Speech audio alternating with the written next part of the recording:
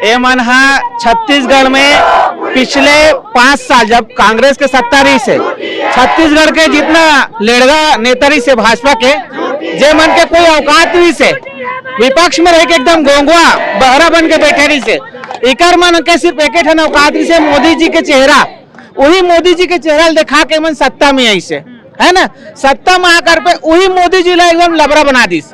है ना देश के इतने यशस्वी प्रधानमंत्री है तो हर पोस्टर में देखा था लेकिन एमन मोदी की गारंटी घोषणा पत्र में लिखे रही से कि नियमित हमन संविदा कर्मचारी ये ओपी चौधरी जे कलेक्टर ले